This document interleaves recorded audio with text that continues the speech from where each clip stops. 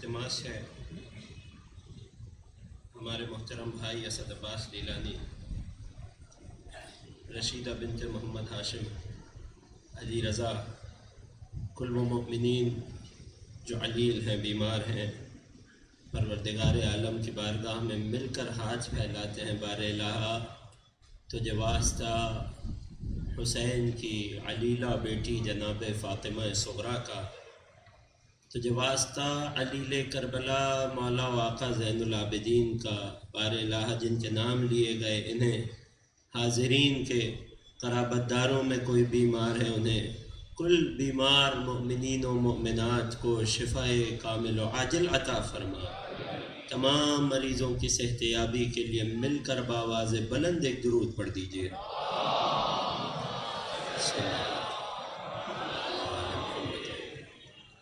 رحم اللہ من قرأ الفاتحہ۔ بسم اللہ الرحمن الرحیم، الحمد للہ رب العالمین، الرحمن الرحیم، مالک یوم الدین، ایاک نعبد و ایاک نستعین، اہدنا الصراط المستقیم، صراط الذین انعمت علیہم غیر المغضوب علیہم ولا الضالین۔ لا حول ولا قوة الا باللہ العلی العظیم۔ اعوذ باللہ السمیع العلیم من الشیطان اللعین الرجیم۔ بسم اللہ الرحمن الرحیم۔ الحمد للہ الذی خلقنا فی امة الذی فاز رتبته الى قاب قوسین واکرمنا بولایت وصیہ الذی ردت له الشمس مرتین وجاہد بالسیفین وصلى إلى القبلتين وشرفنا بحب الزهراء أم السبطين، والصلاة والسلام والتحية والإكرام على أشرف الكونين رحمة للدارين جد الحسنين مولى الكونين أعني أبا القاسم محمد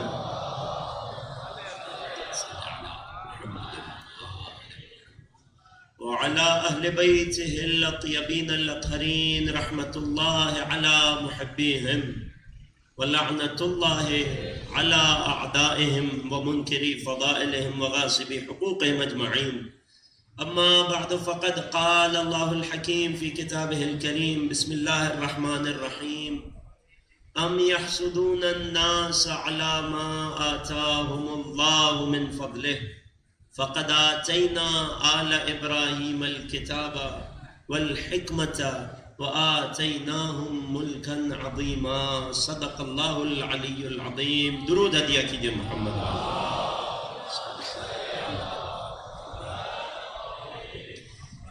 ابتدائی کلام آپ تمام حاضرین فرش عزا کی خدمت میں السلام علیکم ورحمۃ اللہ۔ پروردگار کا بے پناہ شکر بجا لاتے ہیں اس عظیم نعمت پر کہ پالنے والے نے ہمیں در محمد و آل محمد نصیب کیا۔ خدا کا شکر ہے اس عظیم توفیق پر کہ اس پالنے والے نے ہمیں رسول اور آل رسول کے تذکرے کی توفیق عطا کی۔ اذان محترم، ہماری گفتگو کا موضوع سورہ مبارکہ نساء آیت 54 کی روشنی میں آل ابراہیم اور ملک عظیم، کہ جس آیہ شریفہ میں پروردگار عالم دنیا والوں کے حق کا انکار کر دینے کی ایک سب سے بڑی وجہ کی طرف اشارہ کر رہا ہے۔ جس آیت میں پروردگار ارشاد فرماتا ہے ام یحسدون الناس، کہ یہ لوگ کیوں حق کے منکر ہیں، یہ لوگ کیوں حق والوں کے منکر ہیں، یہ لوگ کیوں صاحبان حق کے منکر ہیں، جنہیں ہم نے حق دیا یہ کیوں ان کا انکار کرتے ہیں؟ کیا یہ لوگ حسد کرتے ہیں لوگوں سے؟ کس پر؟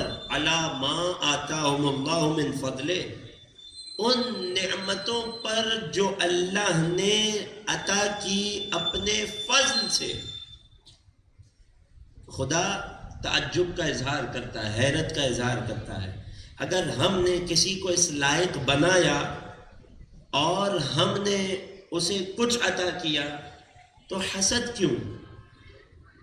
کہ ہم نے پہلی بار تو دنیا میں کسی کو کچھ عطا نہیں کیا، بلکہ اس سے پہلے فقد آتینا، ہم نے عطا کر دیا آل ابراہیم، آل ابراہیم کو الکتابہ، کتاب عطا کی، والحکمت، حکمت عطا کی، وآتیناہم ملکا عظیما، اور ہم نے انہیں عظیم سلطنت اور ملک اور اقتدار عطا کیا۔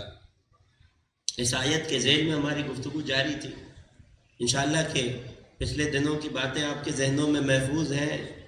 میں بغیر تکرار کے بات کو وہیں سے آگے بڑھاؤں گا جہاں کل روکا تھا، کہ بات یہاں تک پہنچی تھی کہ حسد ایک ایسی اخلاقی برائی ہے کہ اگر کسی کے دل میں اپنا گھر بنا لے تو پھر اس دل سے ایمان کو دھکیل دیتی ہے۔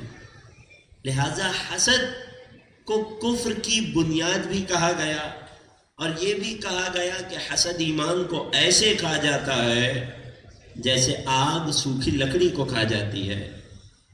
جب یہ حسد عام انسانوں سے ہو تو ایمان کو کھا جاتا ہے۔ میں نے کل بھی کہا تھا، یاد دلا دوں، جب یہ حسد عام انسانوں سے ہو تو ایمان کھا جاتا ہے۔ اگر یہ حسد خود کل ایمان سے ہو، بات ذہنوں میں ہے نا، پھر حسد کس چیز پر کیا جاتا ہے؟ رسول نے فرمایا اللہ کی نعمتوں کے کچھ دشمن ہوتے ہیں۔ یا رسول اللہ، نعمت کا دشمن کون ہے؟ فرمایا وہ کہ جو صاحبان نعمت سے حسد کرتے ہیں۔ حسد کون کرتے ہیں؟ جس کے پاس نہیں ہوتا وہ ان سے حسد میں مبتلا ہوتا ہے جنہیں خدا نے عطا کیا ہو۔ متفق ہوں تو اظہار کیجئے گا، یا آپ اگر آرام آرام سے سنیں گے تو میں بھی آرام آرام سے پڑھتا جاؤں گا۔ اگر آمادہ ہیں تو آخر تک ایک درود پڑھیے محمد و آل پر۔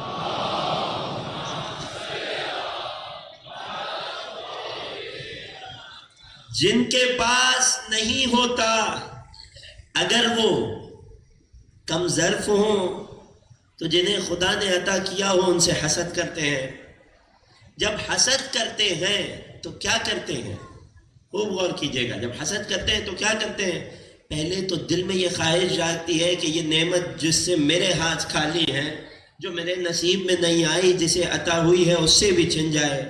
پھر حسد ایک درجہ آگے بڑھتا ہے تو خود اپنے افعال سے کوشاں ہو جاتے ہیں، کوشش کرتے ہیں کہ سامنے والے سے نعمت کو چھین لیں۔ مگر میں نے کل آپ کی خدمت میں نعمتوں کی کچھ قسمیں بیان کی تھیں، ذہنوں میں ہے کہ اللہ نے قرآن میں اپنی نعمتوں کی دو تقسیم کی ہے۔ ایک نعمت ظاہری ہے جو چھینی جا سکتی ہے، ایک نعمت وہ ہے کہ جو باطنی نعمت ہے، خدا جسے چاہے نصیب کر دے، اور اس نعمت کی خصوصیت یہ ہے کہ اسے چھینا نہیں جا سکتا، اسے لوٹا نہیں جا سکتا۔ یہ نعمت وہ ہے کہ جن سے سب کچھ لوٹ لیا گیا ہو، یہ نعمت ان سے بھی نہیں لی جا سکتی۔ بات ذہنوں میں ہے نا؟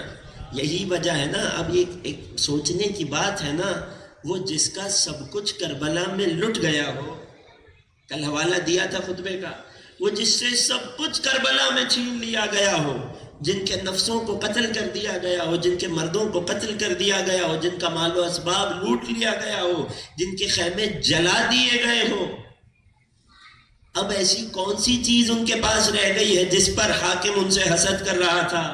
چوتھے امام نے منبر شام پر آ کر بتایا وہ کیا چیزیں ہیں، وہ کون سی نعمتیں ہیں جو ہمیں عطا ہوئیں اور کسی اور کو نصیب نہ ہوئی۔ اعلان کیا اعطینا ستن، حمد و ثنا کی خدا کی، پھر اس کے بعد اعلان کیا اعطینا ستن۔ لوگوں کو لگا تھا یہ اتنا پریشان ہے، یہ قیدی ہے، یہ لاچار ہے، یہ آئے گا تو اپنے شہیدوں کا مرثیہ کہے گا، یہ آئے گا تو لوگوں کو بتائے گا کہ ہم پر کیا ظلم ہوئے۔ مگر امام نے آ کر یہ اعلان کیا، ظالم کی آنکھوں میں آنکھیں ڈال کر یہ بتایا، تجھے یہ لگتا ہے تو نے سب کچھ چھین لیا، جو تو نے ہم سے چھینا وہ کچھ بھی نہ تھا اس کے مقابلے میں جو اللہ نے ہمیں دیا ہے۔ اعطینا ستن، مولا گن کر بتا رہے ہیں یہ وہ اللہ کی سب سے بڑی نعمتیں ہیں جو ابھی بھی ہمارے پاس ہیں، جو تو یا تو جیسے نہ تجھ سے پہلے والے چھین سکے، نہ قیامت تک تیرے بعد والے چھین سکیں گے۔ اعطینا ستن، یہ 6 چیزیں ہمارے محمد کی میراث رہیں گی۔ اعطینا ستن، ہمیں 6 چیزیں ملی۔ یہ 6 کی 6 وہ باطنی نعمتیں ہیں جنہیں کوئی چھین نہیں سکتا، اور جنہیں کوئی اللہ کے عطا کیے بغیر حاصل بھی نہیں کر سکتا۔ یہ وہ نعمتیں نہیں ہیں جو مال و دولت سے خریدی جا سکیں، غور کیجئے گا، یہ وہ نعمتیں نہیں ہیں جو جاہ و منصب کی دھونس جمع کر لی جا سکے، نہیں، یہ وہ ہیں یختص برحمتہ من یشاء، اللہ جسے چاہتا ہے اپنی رحمت سے مخصوص کر دیتا ہے۔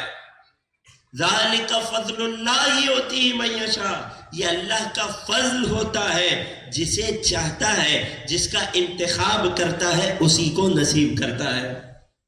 وہ کیا نعمتیں تھی؟ اعطینا ستن، ہمیں 6 چیزیں ملی۔ توجہ میرے ساتھ ہے، ایک ایک نعمت پر امت نے کیسے حسد کیا میں پیش کروں گا۔ اعطینا ستن، وہ 6 چیزیں کیا ہیں؟ اعطینا العلم، ہمیں علم عطا ہوا۔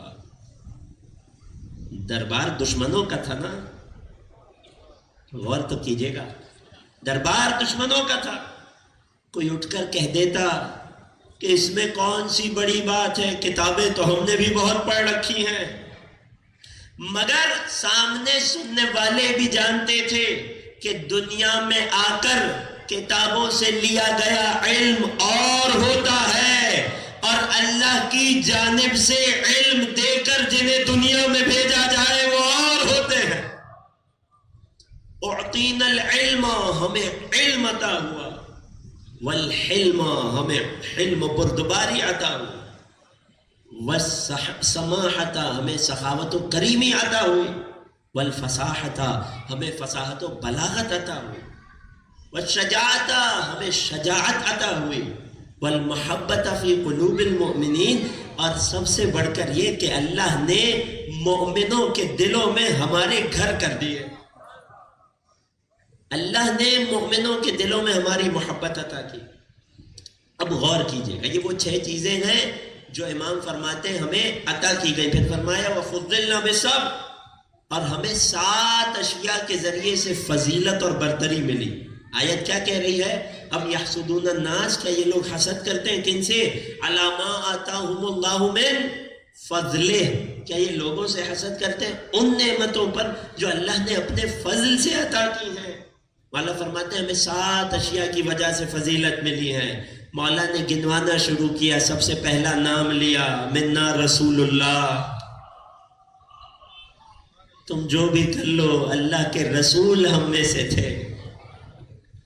منا اسد اللہ و اسد الرسول، اللہ کا شیر، اللہ کے رسول کا شیر حمزہ سید الشہداء ہم میں سے ہیں، جن کا کلیجہ چبانے والے تیرے بڑے تھے۔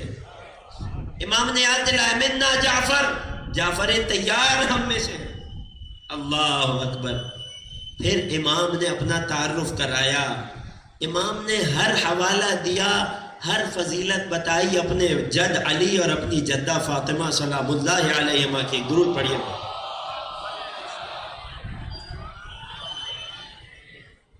میں یہاں پر رکنا چاہتا ہوں اس منزل پہ۔ مولا نے ایسی 6 نعمتیں گنوائی۔ دیکھیں حاسد جب حسد کرتا ہے تو اپنی بری فطرت کا، طینت کا اظہار کرتا ہے، متفق ہے؟ کیا کرتا ہے؟ چھیننے کی کوشش کرتا ہے، نہ چھین سکے تب کیا کرتا ہے؟ یہ بڑا اہم مرحلہ ہے۔ جب نعمت ایسی ہو کہ چھین نہ سکے تو کیا کرتا ہے؟ چھپانے کی کوشش کرتا ہے، نعمت کا انکار کر دیتا ہے، فضیلت کا، برتری کا انکار کر دیتا ہے۔ متفق ہے نا؟ جب حسد کرے تو نعمت کا انکار کر دیتا ہے۔ آل محمد بتا رہے ہیں ہمیں 6 چیزیں ملی، ان میں سے سب سے پہلی ہے علم۔ کون سا علم؟ وہ کہ جسے علم لدنی کہتے ہیں، وہ علم نہیں کہ جو دنیا میں آ کر پڑھا جائے۔ بڑا فرق ہے۔ راوی میرے اور آپ کے 8ویں امام، امام علی ابن موسیٰ رضا علیہ السلام،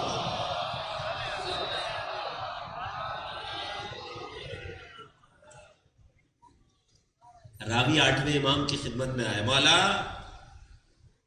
اب قرآن ناطق سے قرآن صامت کے بارے میں پوچھنے آیا، اور بالکل صحیح دروازے پہ آیا۔ مولا قرآن میں اللہ فرماتا ہے، سورہ نحل کی آیت ہے، واللہ اخرجکم، میں علم آل محمد سمجھانے لگا ہوں آپ کو، واللہ اخرجکم من بطون امہاتکم، اللہ نے تمہیں شکم مادر سے دنیا میں بھیجا، کس حالت میں؟ لا تعلمون شیئا، کہ تمہیں ذرہ برابر کسی چیز کا علم نہیں ہے۔ پھر اللہ نے تمہارے لیے آنکھ، کان اور قلب دیا تاکہ دنیا میں آ کر دیکھو، سنو، پڑھو اور حق و باطل میں فرق کر سکو، مگر جب دنیا میں آئے تو بالکل جاہل تھے۔ مولا نے فرمایا صدق اللہ فی جمیع اقوالہ، اللہ اپنے ہر قول میں سچا ہے۔ مولا اب سوال دیکھیے گا، مولا کیا آپ آل محمد بھی اس میں شامل ہیں؟ جیسے آپ کی مرضی ہے، کیا آپ آل محمد بھی اس میں شامل ہیں؟ مسکرا کر فرمایا یہ آیت ہے تو جیسے ہم لوگوں کے بارے میں جب اللہ اپنی حجتوں کی بات کرتا ہے تو رحمان سورہ رحمان میں فرماتا ہے الرحمن علم القرآن خلق الانسان، وہ رحمان ہے جس نے پہلے قرآن کی تعلیم دی پھر انسان کو پیدا کیا۔ یہ ہم آل محمد ہیں کہ جنہیں پہلے تعلیم ملتی ہے پھر اس دنیا میں آتے ہیں۔ ایک درود پڑھیے آل محمد کی عظمت۔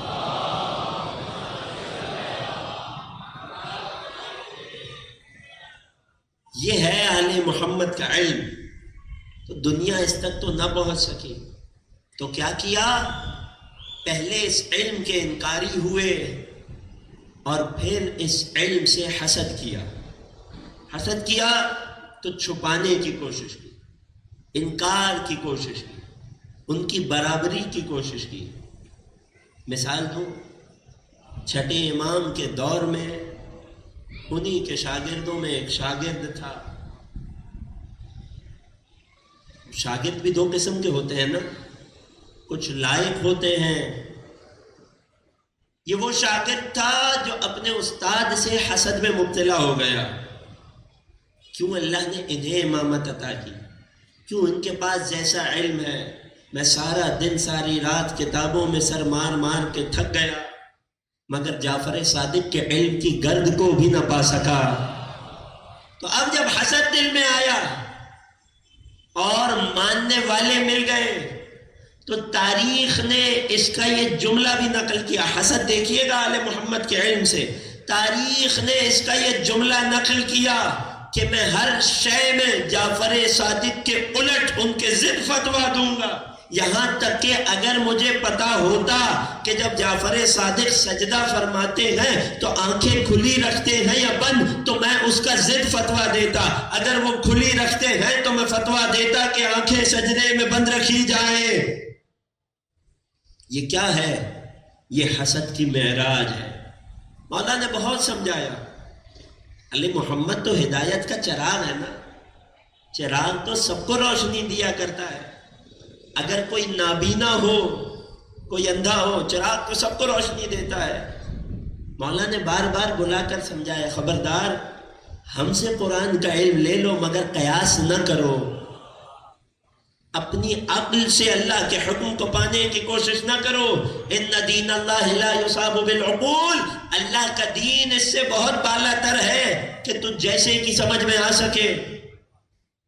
مولا نے اس سے ایک عجیب چند سوالات کیے، پیش کرتا ہوں بچے تاکہ پہنچ جائیں قیاس کتنی بدترین چیز ہے، آل محمد نے کیوں اس سے منع کیا، مگر لوگوں نے آل محمد سے حسد میں کیوں، وگرنہ ان کے در پہ آنا پڑے گا، ان سے سیکھ کر ان کی بات کے مطابق فتویٰ دینا پڑے گا۔ لوگوں نے ان کے در کو چھوڑ دیا اور اس قیاس کو اپنے لیے مشعل راہ بنا لیا۔ مولا نے انہیں بلایا، کئی بار سمجھایا۔ قیاس کسے کہتے ہیں جانتے ہیں؟ کہ اگر دو چیزیں کسی ایک جہت سے مماثل ہوں، کسی ایک جہت سے ان میں مشابہت ہو، تو میں اپنی عقل سے آ کر یہ فیصلہ کر دوں چونکہ اس پہلی چیز کا حکم شریعت میں یہ ہے لہذا دوسری کا بھی یہی ہونا چاہیے۔ جب تک دلیل نہ ہو شریعت کا حکم معلوم نہیں ہوتا۔ یا تو وہ بتائیں کہ جو لوح محفوظ زمین پہ بیٹھ کر پڑھتے ہوں، یا ان کی حدیث سے نکال کر کوئی علم رکھنے والا بتائے۔ یہ نہیں ہوتا جو میری مرضی ہو، جو مجھے اچھا لگے، جو میرے جذبات کے مطابق ہو، جو میرے مزاج سے موافق ہو۔ غور کر رہے ہیں، پیغام پہنچ رہا ہے۔ مولا نے اسے بلایا، فرمایا اول من قاسا ہوا ابلیس۔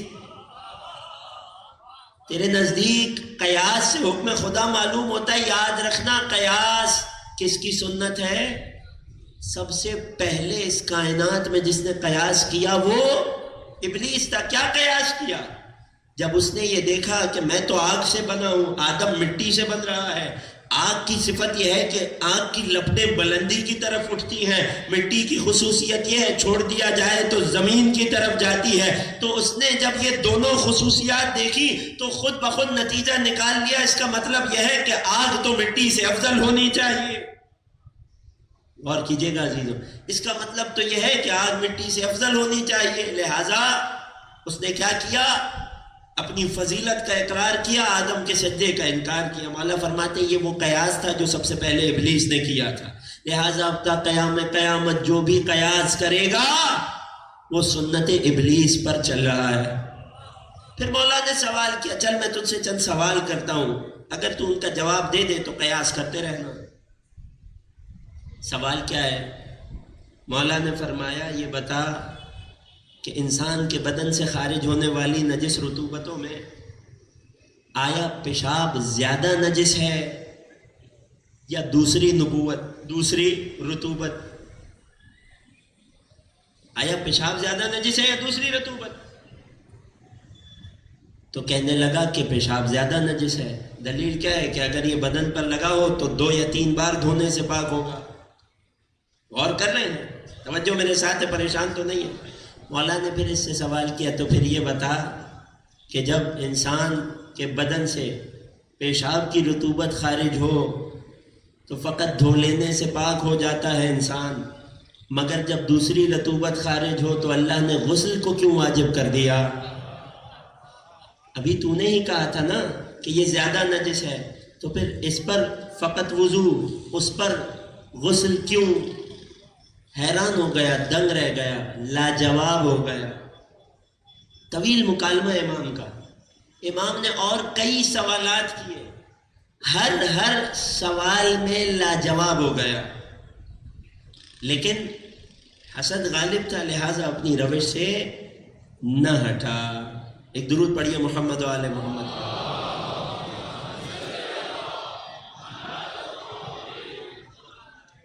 تو جب لوگ ان کے برابر علم میں نہ پہنچ سکے تو کیا کیا؟ ان کے علم کے انکاری ہوئے۔ پہلے تو لوگوں نے برابری کی بہت کوششیں کی، اب اس پر بھی سن لیجئے کہ کیسے حسد میں گر کر لوگوں نے آل محمد کے علم کی برابری شروع کی۔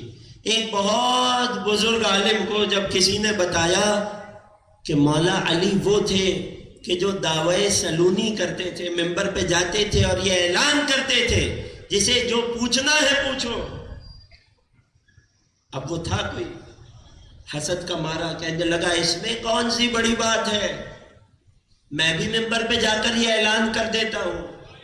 ممبر پہ گیا، اعلان کیا، کوئی مرد نہیں اٹھا سوال کرنے، علی کی ایک چاہنے والی اٹھی۔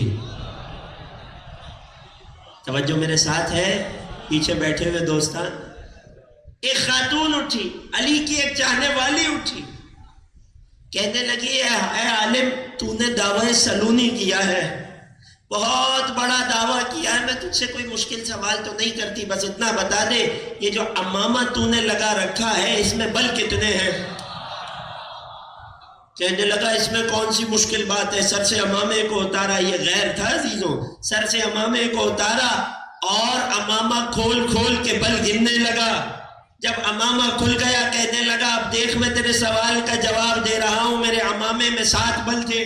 مسکرا کر کہنے لگی میرے پہلے سوال سے تیرا عمامہ اتر گیا ہے۔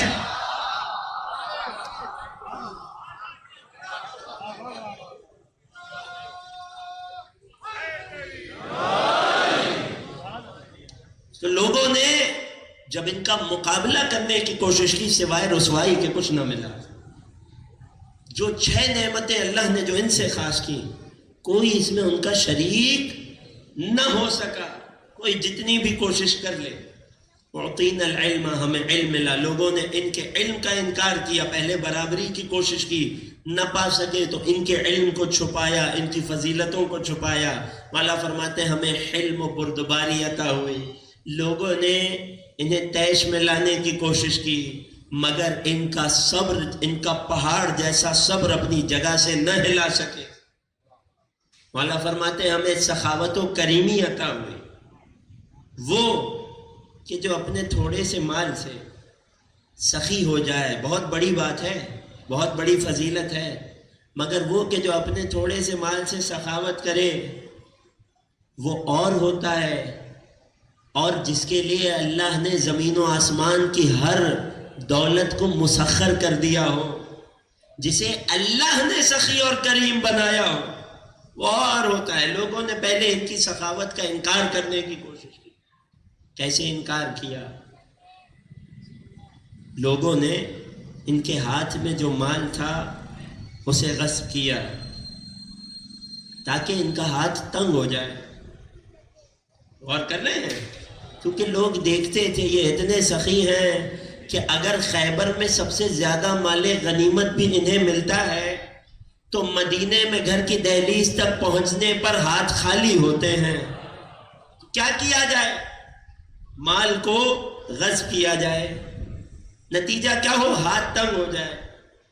مگر یہ آل محمد تھے، ان کی کنیز فضہ اگر مٹی کو چھو لیتی تھی تو سونا بن جاتا تھا. یہ تو خود آل محمد ہے. جب کسی طور ان کی سخاوت پہ قابو نہ پا سکے، پہلے روکنے کی کوشش کی، پھر برابری کی کوشش کی. یا یوں کہیے پہلے برابری کی کوشش کی، جب نہ پہنچ سکے تو روکنے کی کوشش کی. مثال دے دوں دونوں باتوں کی، اگر توجہ میرے ساتھ ہے آخر تک ایک درود پڑھیے.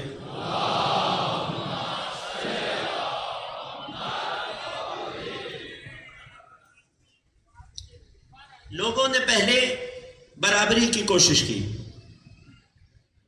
جب کسی کو شام میں یہ خبر پہنچی کہ میں نے تو اپنا تخت بچا لیا، حسن مجتبیٰ بغیر تخت کے بھی مجھ سے زیادہ سخاوت کرتے ہیں. تھوڑا سا ساتھ دیجیے گا. جب کسی کو شام میں یہ خبر پہنچی کہ حسن مجتبیٰ بغیر تخت و تاج کے ہم سے زیادہ مال تقسیم کرتے ہیں، عام دسترخوان لگاتے ہیں، وہاں شناخت نہیں پوچھی جاتی. جو چاہے آل محمد کے در پہ آئے شکم سیر ہو کر چلا جائے، چاہے تو اپنے گھر والوں کے لیے بھی لے جائے. جب اسے خبر ہوئی آقا حسن مجتبیٰ کو شام بلایا اور جس دن امام کو پہنچنا تھا ایک بڑا دربار سجایا، بڑا انتظام کیا. وہ جو مسلمانوں کے مال سے جمع شدہ بیت المال تھا اس کے منہ کو کھول دیا. اپنے غلام کو حکم دیا کہ صبح سے شام تک جو بھی ہمارے دربار میں آئے گا اسے اتنی مقدار میں مال دینا. غلام حساب و کتاب میں لگ گئے، ہر آنے والے کو مال دیتے رہے، تقسیم کرتے رہے، تقسیم کر کر کے تھک گئے. یہاں تک کہ شام میں جب آقا حسن مجتبیٰ شام کے دربار آئے تو اب جب آقا حسن آئے، تشریف لائے، تو اترا کر کہنے لگا کہ اے میرا حساب رکھنے والوں، اے میرے غلاموں، صبح سے شام تک تم نے لوگوں کو کتنا مال دیا؟ کہا آقا ہزاروں لوگ آئے اور ہزاروں لاکھوں درہم و دینار تقسیم ہو گئے. کہا صبح سے شام تک ہر آنے والے کو، توجہ کیجیے گا، برابری کی کوشش ہے ان سے کہ جنہیں اللہ نے کریمی عطا کی ہے، بلکہ فقط اتنا نہیں، ان سے برابری کی کوشش ہے جو اس کائنات میں اللہ کی کریمی کا مظہر ہے. صبح سے شام تک ہر آنے والے کو جتنی مال و دولت دی ہے اس کا دگنا حسن مجتبیٰ کو دے دو. یہ حکم جاری کیا اور پھر کہنے لگا کہ میں فلاں کا بیٹا ہوں، اکڑ کر اترا کر کہنے لگا میں فلاں کا بیٹا ہوں، میں اتنا سخی ہوں۔ مولا حسن مجتبیٰ مسکرائے، اپنی نشست سے اٹھے ہیں، دربار سے باہر کی طرف چلے ہیں۔ ایک حبشی غلام ادب سے ہاتھ باندھے کھڑا تھا، جیسے ہی اس نے آقا حسن مجتبیٰ کو آتے دیکھا مولا کی جوتیوں کو سیدھا کیا۔ جب اس نے مولا کی جوتیوں کو سیدھا کیا، مولا نے مسکرا کر فرمایا یہ جتنا مال اس نے مجھے دیا ہے وہ سب کا سب میں نے تجھے دیا، اور پھر آواز دی انا ابن فاطمہ، میں فاطمہ کا لال۔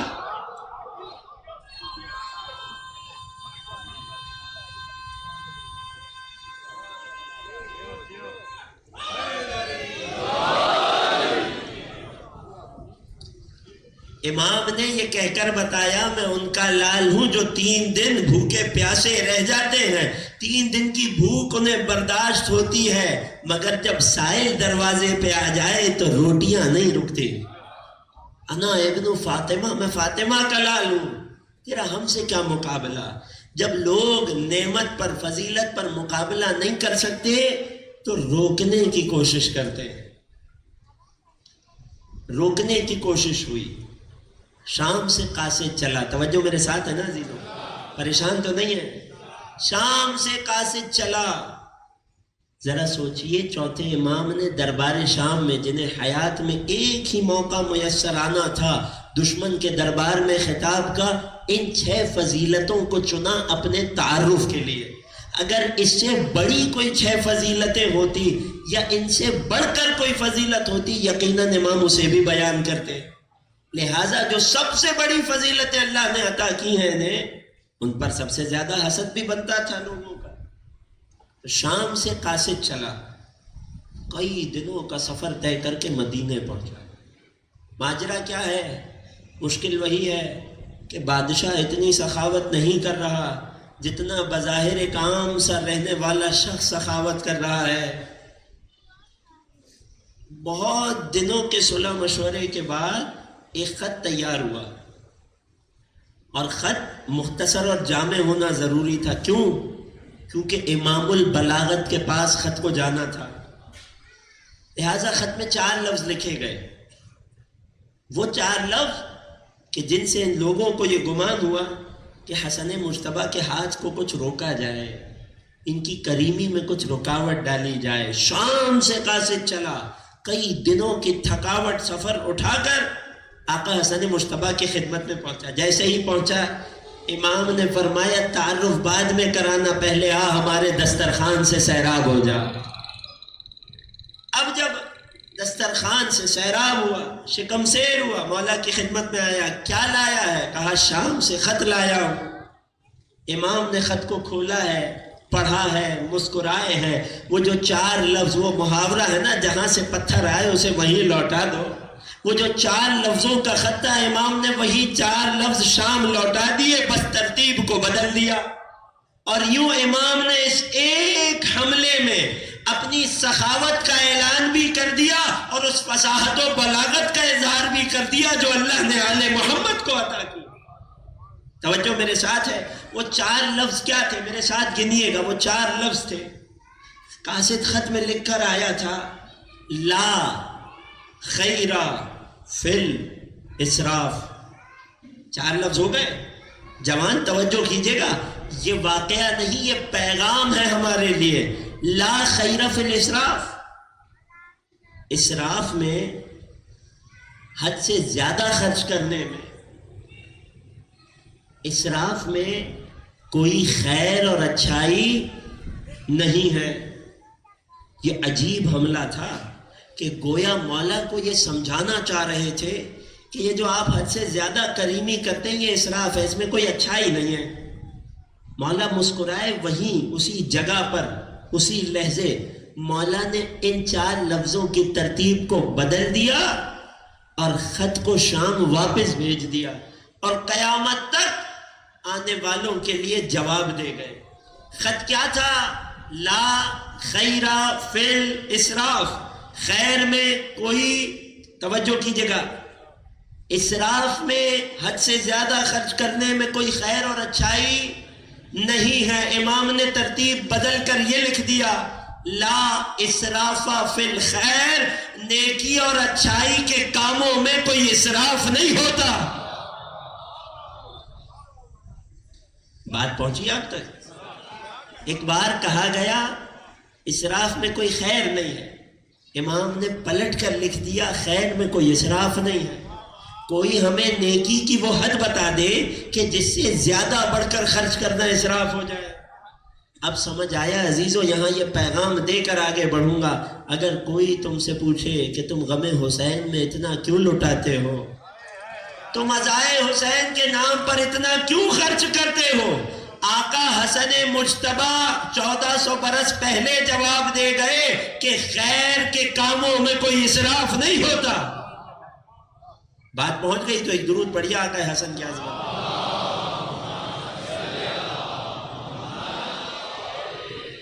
خوب غور کیجئے گا کہ جب لوگ فضیلت میں برابری نہ کر سکے تو ان کا انکار کرتے ہیں۔ جتنی بڑی فضیلت اتنا زیادہ حسد۔ یہی وجہ ہے کہ ائمہ نے اپنا تعارف کرایا۔ میں نے عرض کیا نا، جتنی بڑی فضیلت اتنا زیادہ حسد۔ اب امام نے خود کئی وجوہات بتائیں اس آیت میں خود سب سے بڑی مصداق ہونے کے، کہ ہم وہ لوگ ہیں، ناس سے مراد، ہم یحسدون الناس، لوگوں سے حسد کرتے ہیں، یہاں ناس سے مراد ہم آل محمد کیوں ہیں؟ ایک جگہ فرمایا نحن الراسخون فی العلم، ہم ہی اللہ کے وہ بندے ہیں جو علم میں اترے ہوئے ہیں، جو علم میں ڈوبے ہوئے ہیں، جنہیں اللہ نے ہر شے کا علم عطا کیا۔ پھر فرماتے ہیں وَنَحْنُ الْمَحْسُودُونَ، اور چونکہ لوگ علم میں ہماری برابری نہ کر سکے لہٰذا ہم ہی وہ ہیں جن سے سب سے زیادہ حسد کیا گیا۔ ایک اور جگہ مولا فرماتے ہیں ہم وہ ہیں نحن محسودون، ہم وہ ہیں جن سے حسد کیا گیا۔ کس بات پر؟ علی ما آتانا اللہ من فضلہ، اس نعمت پر کہ جو اللہ نے اپنے فضل سے ہمیں عطا کی۔ وہ کیا نعمت تھی؟ فرمایا من الامامت، وہ جو سب سے بڑی نعمت، نعمت امامت تھی۔ کیوں؟ کیونکہ یہ وہ نعمت تھی کہ جو اللہ نے ابراہیم کو بھی اس وقت عطا کی جب ابراہیم نبی بھی بن چکے تھے، خلیل بھی بن چکے تھے، تو جو سب سے بڑا منصب اللہ نے ابراہیم کو دیا وہ منصب امامت تھا۔ سورہ بقرہ کی آیت تو ذہنوں میں ہے نا، وَإِذِ ابْتَلَىٰ إِبْرَاهِيمَ رَبُّهُ بِكَلِمَاتٍ فَأَتَمَّهُنَّ، جب ابراہیم نے تمام امتحانات کو مکمل کیا، ارشاد ہوا انی جاعلک للناس اماما، اے ابراہیم میں تجھے اب لوگوں پر امام بناتا ہوں۔ مولا نے بتایا یہ جو سب سے بڑی نعمت ہے، جس نعمت کے اعلان کو سب سے بڑی نعمت کہا گیا، یہ وہی نعمت ہے جس پر ہم سے سب سے زیادہ حسد کیا گیا۔ غور کر رہے ہیں؟ کیوں؟ کیونکہ قاعدہ بہت واضح ہے، اللہ خود قرآن میں کہہ رہا ہے جتنا فضل زیادہ ہوگا اتنا حسد زیادہ ہوگا۔ اب غور کیجئے گا، جسے کوئی ایک فضیلت مل جائے اس سے حسد کرنے والے اٹھ جاتے ہیں، بڑھ جاتے ہیں۔ جتنی فضیلتوں کی مقدار بڑھتی جائے اتنا حسد کرنے والے بڑھتے جاتے ہیں۔ ذرا سوچئے کہ جسے اللہ نے سارا کا سارا فضل دے دیا ہو، جو امامت کا تعارف بیان کرتے ہوئے خطبہ امام رضا ہے امامت پر، جس میں امام اپنا تعارف فرماتے ہیں الامام مخصوص بالفضل کلہ، ارے امام وہ ہوتا ہے کہ سارا کا سارا فضل اللہ اسے عطا کر دیتا ہے۔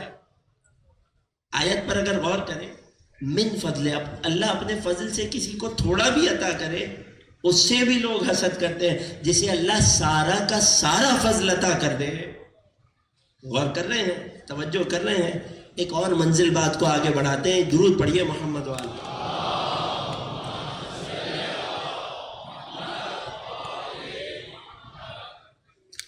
وہ امامت کہ جو اللہ کی جانب سے بشر کو عطا کردہ سب سے بڑا منصب تھا، کہ جس کی حالت اگر انسان کو جاننی ہو تو مولا رضا نے اپنے خطبے میں ہی 5 لفظوں کے ذریعے ہمیں امامت کا مرتبہ سمجھایا ہے۔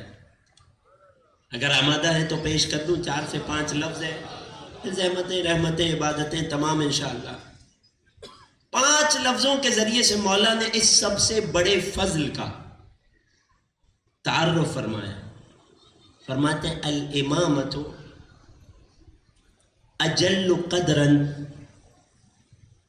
امامت کی قدر اس سے بہت زیادہ ہے، وَأَعْظَمُ شَأْنًا، امام کی شان اس سے بہت بلند ہے، وَأَمْنَعُ جَانِبًا، امامت کی منزل اس سے بہت دور ہے، وَأَرْفَعُ مَكَانًا، امامت کا رتبہ اس سے بہت زیادہ اونچا ہے، وَأَبْعَدُ غَوْرًا، اور امامت کا مرتبہ اس سے بہت زیادہ گہرائی میں ہے، من ان ینالها الناس بعقولہم، کہ لوگ اپنی عقلوں سے اس امامت تک پہنچ سکیں یا اپنی جانب سے کسی کو امام بنا سکے۔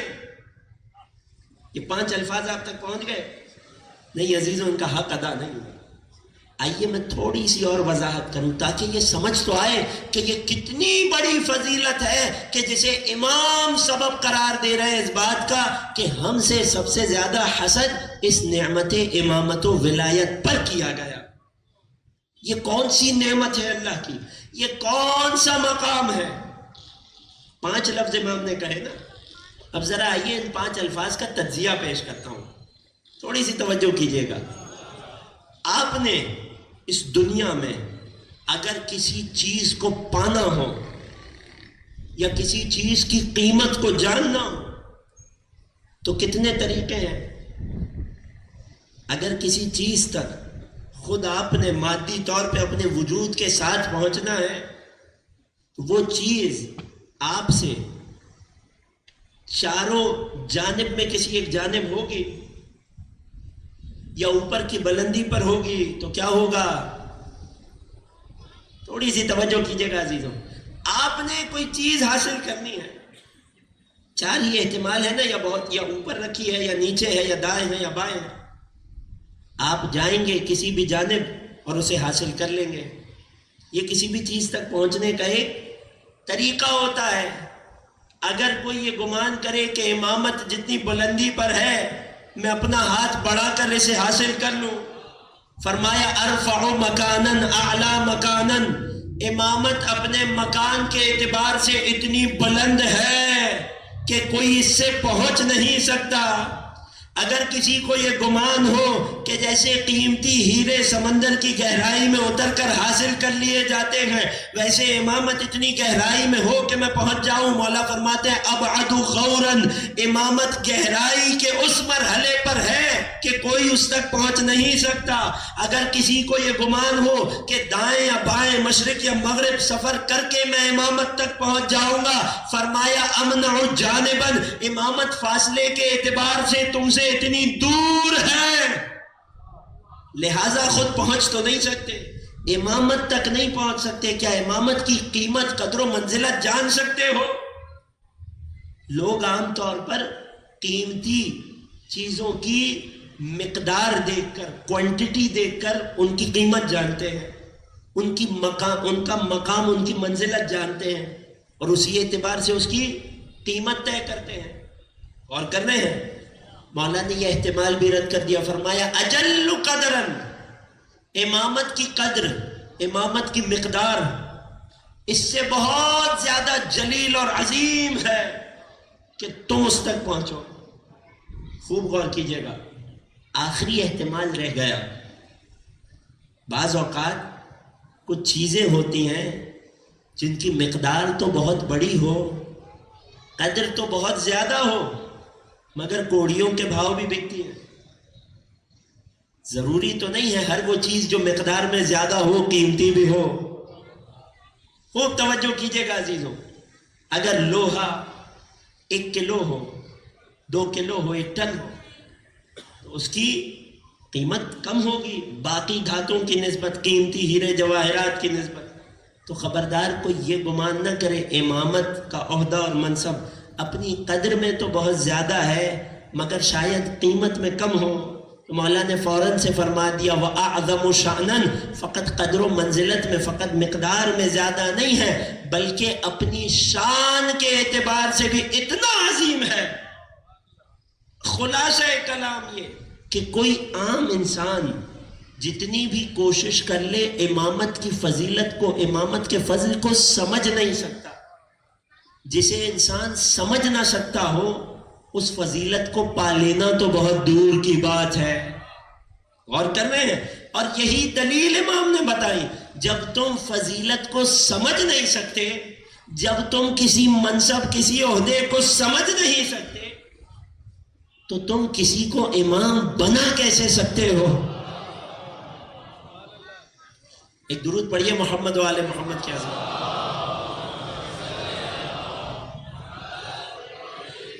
لہذا خلاصہ یہ کہ یہ نعمت امامت تھی جو اللہ کا آل محمد پر سب سے بڑا فضل تھا، کہ جس کی بنیاد پر لوگوں نے آل محمد سے حسد کی۔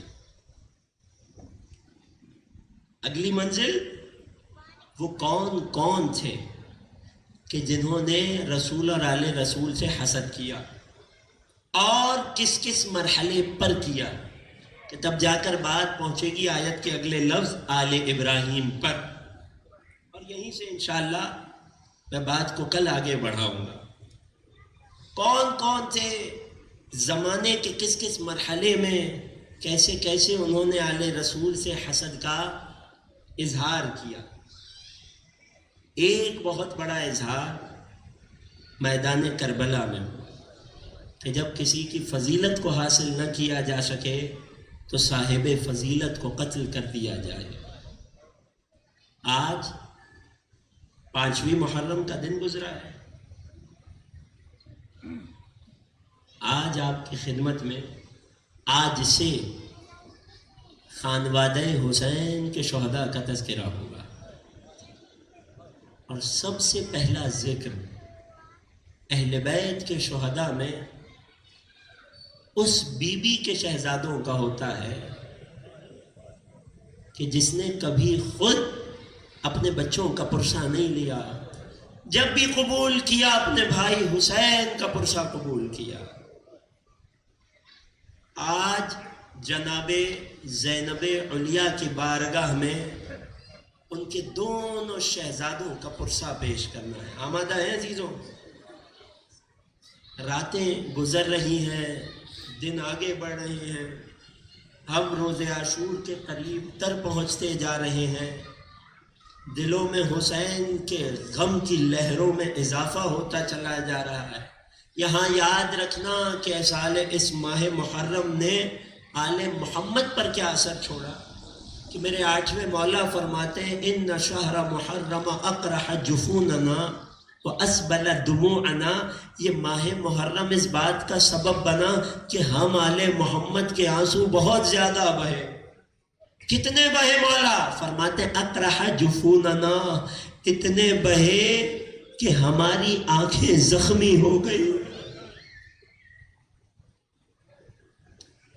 کبھی کوئی اتنا روئے نا مجلس میں کہ اسے دل میں یہ خیال آئے کہ آج تو میں نے مصائب کا حق ادا کر دیا، آج تو میں دل کھول کر حسین غریب پر رو لیا، تو خبردار یاد کرنا 8ویں امام کے اس جملے کو، اتنا روتے تھے کہ آنکھیں زخمی ہو جاتی۔ اجرکم علی اللہ، اجرکم علی الزہرا۔ جب کوئی روئے نا یا کسی کو رونا نہ آئے، یاد کرنا اپنے وقت کے امام کے مرثیے کو، کہ جو اپنے جد کی یاد میں تڑپ کر فرماتے ہیں لَأَنْدُبَنَّكَ صَبَاحًا وَمَسَاءً، اے میرے جد حسین میں کربلا میں آپ کو نہ پا سکا تو اب صبح و شام آپ پر گریا کروں گا، اور کیسے روں گا؟ وَلَا أَبْكِيَنَّ عَلَيْكَ بَدَلَ الدُّمُوعِ دَمًا، اے میرے جد حسین میں آپ پر آنسو نہیں خون بہا کر روں گا۔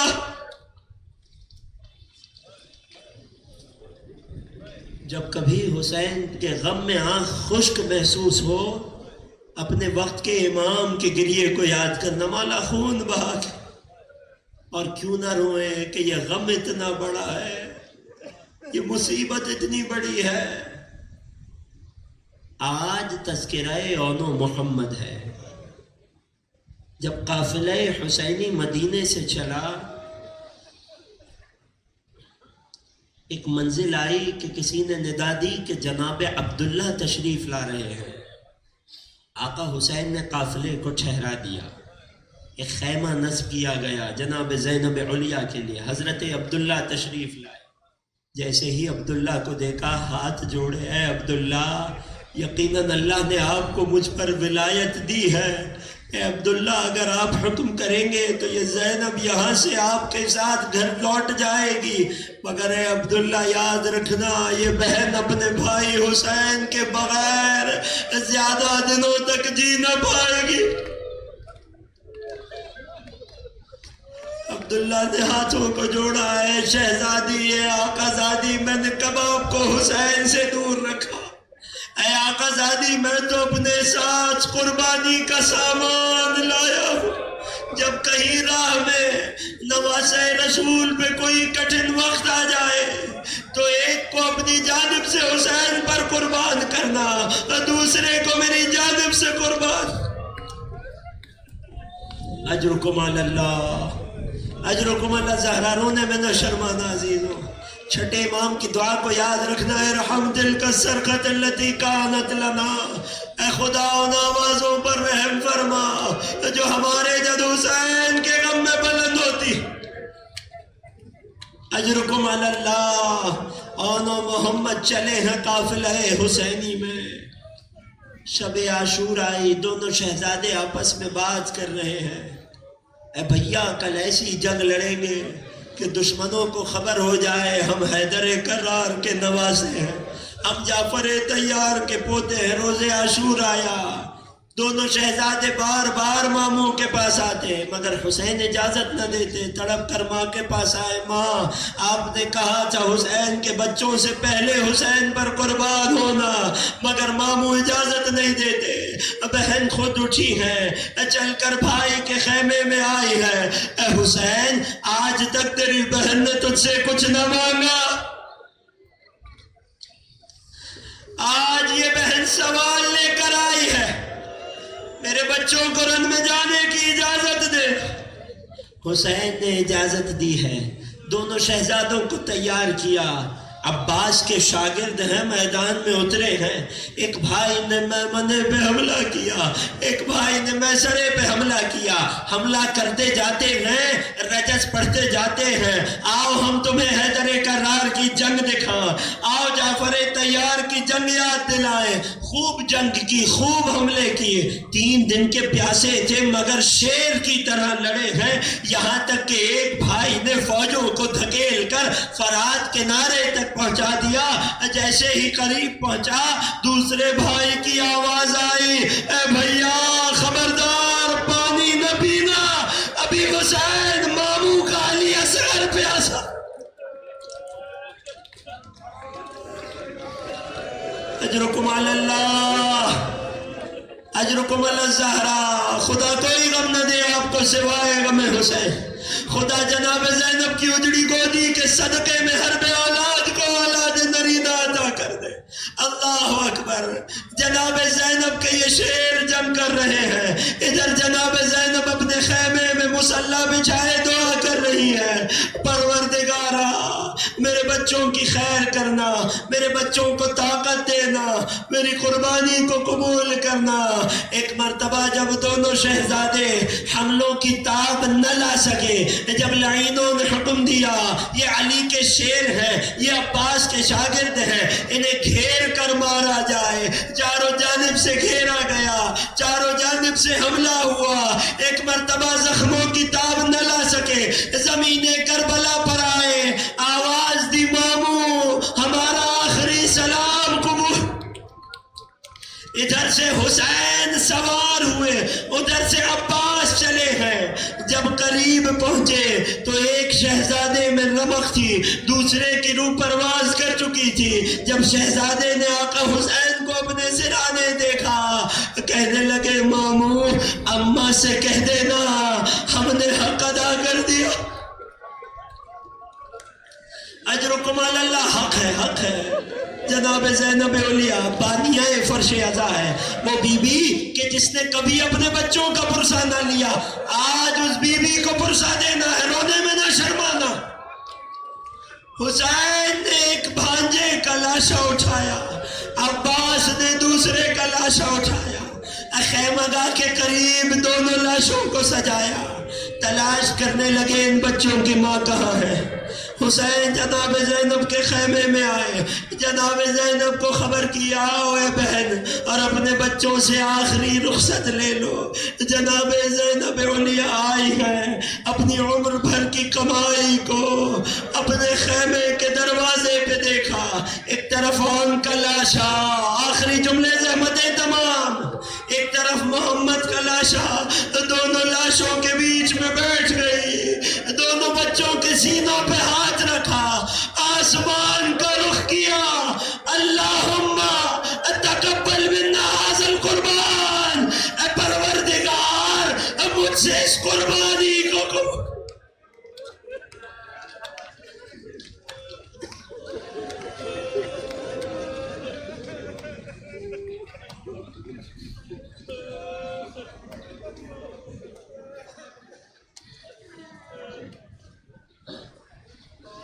اجرکم علی اللہ،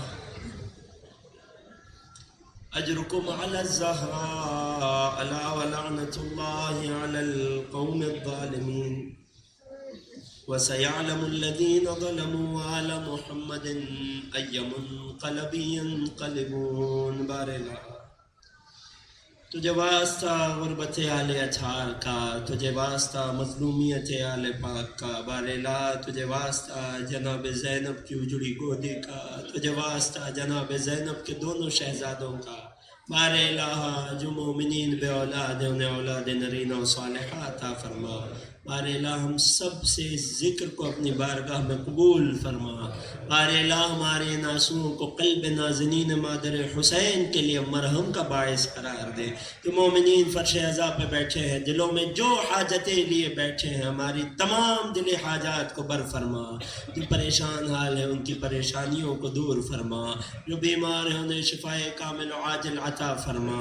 بار الہ ہمارے مرحومین کی مغفرت فرما، انہیں جوار آل محمد میں جگہ عطا فرما۔ سب سے بڑی دعا، سب سے بڑی آرزو، منجی بشر منتقم کربلا، فرزند زہرا، قائم آل محمد کے ظہور میں تعجیل فرما، ہمیں مولا کے آوان اور انصار میں شمار فرما۔ ربنا تقبل منا انک انت السمیع العلیم وتب علینا انک انت التواب الرحیم، بجاہ محمد و آلہ الطیبین الطاہرین۔